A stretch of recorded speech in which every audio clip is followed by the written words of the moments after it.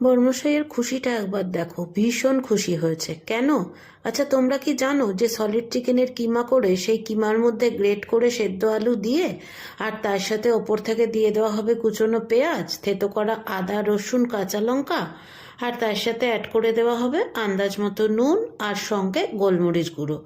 এইভাবে সুন্দর করে পুরোটা মাখিয়ে নিতে হবে। হ্যাঁ, তার সাথে অ্যাড করবে একটুখানি সাদা তেল। তারপরে যখন যদি মনে হয় যে না, বাইন্ডিংটা ঠিকঠাক হয়নি, আমার সেটাই মনে হচ্ছিল, তাই ওর সাথে দিয়ে দিলাম 2 চামচ মতো বেসন। তারপরে সুন্দর করে মিশিয়ে নিয়ে হাত দিয়ে কাটলেটের মতো আকৃতি করে ওই যে পাউরুটির সামনে পেছনে যে টুকরোগুলো থাকে বা পাউরুটির যে সাইডগুলো, ওগুলো ফ্রিজে রেখে দেবে, দিয়ে এরকম গুঁড়ো করে নেবে।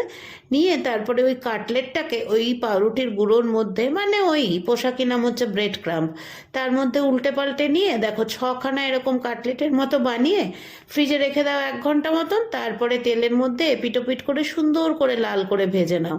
তাহলেই তৈরি হয়ে যাবে তোমাদের চিকেন কাটলেট। আর চিকেন কাটলেটগুলো দেখতে যেমন সুন্দর হয়েছে, খেতেও তেমনি সুন্দর হয়েছে।